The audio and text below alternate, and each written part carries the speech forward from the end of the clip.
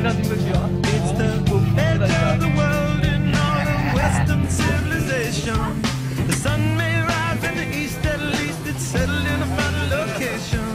It's understood that Hollywood sells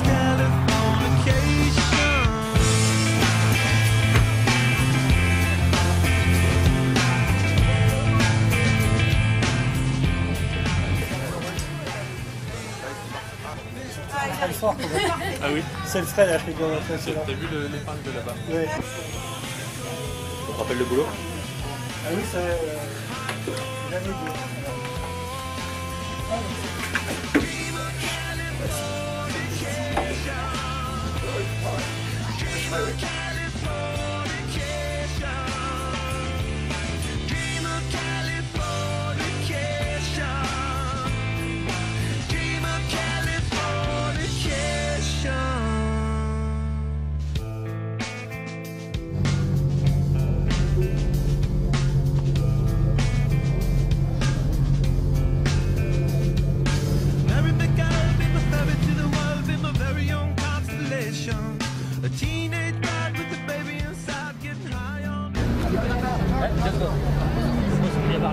Elle me dit que ça arrive par stager alors.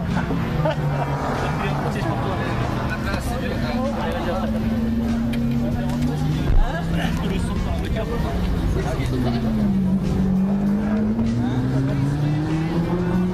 Il faut qu'on applique de brancher, on va regarder comment ça se passe. 5 tours à faire ensemble. Non, on a 2 fois 5 tours à faire ensemble. Donc Caro me disait qu'il faut le faire en une seule, qu'on essaie de le faire en une seule fois, c'est ça? Oui, Ce que je te propose, c'est qu'on part là-dessus. Au bout des 5 tours, tu me diras comment tu te sens et si tu as besoin de faire une pause, on fait une pause. T'as déjà fait des stages avant ou pas? Non. Jamais, première fois au circuit? Ouais. Bon, très bien. Ça va être très simple. Tu regardes devant toi, tu suis bien les cônes pour être placé comme il faut sur la piste. Ok. Et les rétros, je vais les gérer moi, donc t'as pas à t'en occuper. Ton pied gauche il fait rien, ton pied droit va tout faire. Ce qui sous-entend que quand je te dis de freiner, c'est toujours très fort du pied droit. Les vitesses, comme tu le regardais, elles montent de la main droite ici. Elles descendent là. Moi je te dirais quand il faudra les changer pour pas que tu t'emmènes les pinceaux. Ce qui veut dire que si je change quand tu veux, avec un tout petit filet de gaz pour faire avancer la voiture. Tu peux y aller.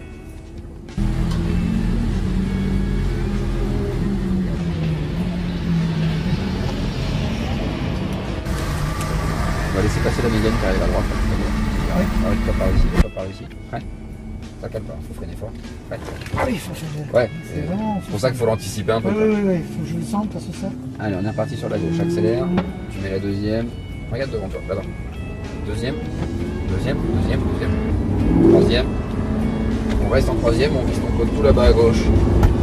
Ici, tu freines et tu vas tourner à droite. Et en énergie pour le point de sortie, tu vises tout de suite le cône à gauche. Freine un peu. Tu lâches le frein et on regarde à droite, point de corde. C'est bien de freiner fort, mais il faut aussi te caler sur le virage. Il faut vraiment que tu arrives à regarder où tu vas. Faut que je sente le frein. Ouais, faut découvrir. Allez, quatrième. Et on reste en 4. On reste sur le cône. C'est bien. Et tu vas chercher la corde à droite. Attends, on va accélérer. Voilà, là t'es reparti, gaz. Troisième. Ouais, là on freine un peu, on va chercher mon gros cône à l'extérieur. Tourner comme. Et on freine. Freine. Voilà. N'arrête pas non plus. Reste sur le frein. Ok. Tu restes sur le frein. 3 mots, avance. Maintenant.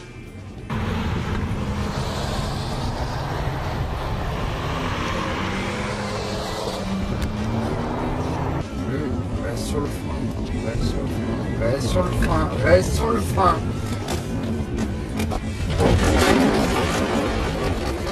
Ok. Tu restes sur le frein. 3 mots, avance.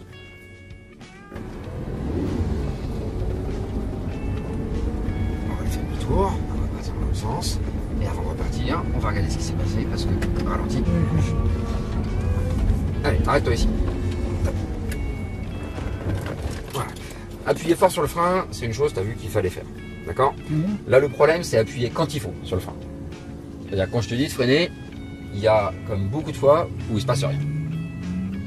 Et la voiture a beau être confortable, sécurisante, tout ce que tu veux, super cher, tu as l'impression que ça tient tout seul et que ça tourne tout seul, c'est toi qui l'as fait tourner. C'est toi qui décides quand tu prends le virage. Là, à la vitesse où tu passes, si moi j'interviens pas, on finit à peu près, tu vois le panneau karting là, tu vois le mur en béton, on finit rangé là-dedans. Parce que tu as l'impression que ça tourne, qu'on est à 80 km/h pour une épingle, que jamais ça tourne, regarde l'angle du virage, il est devant toi.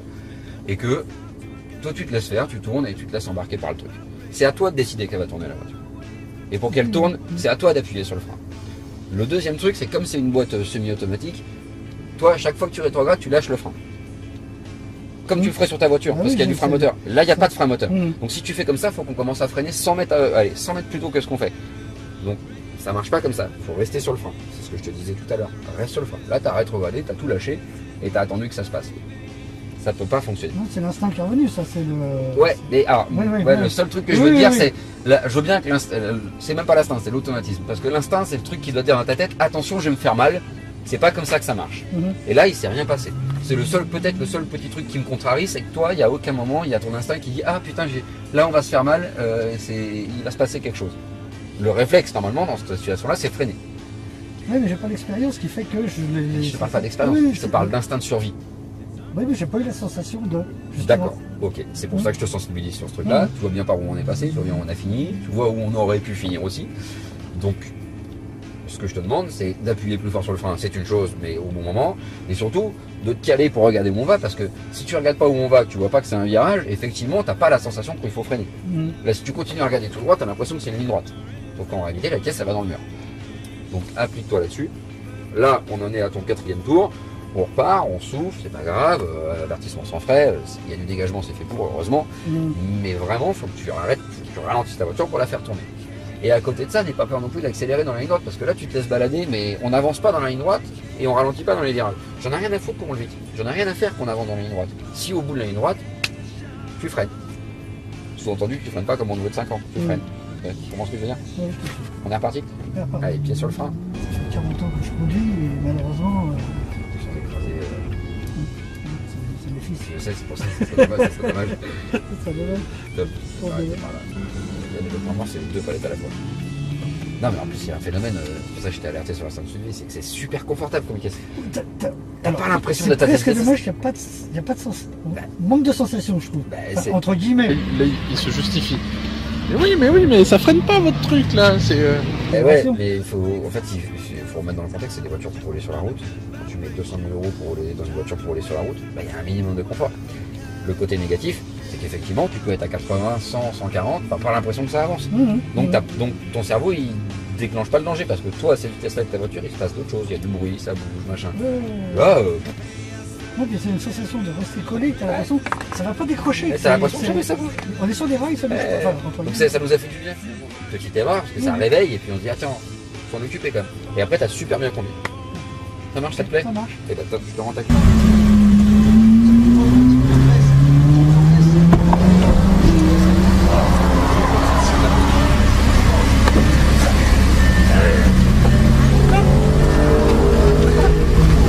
Ça fait quoi de faire les claviers?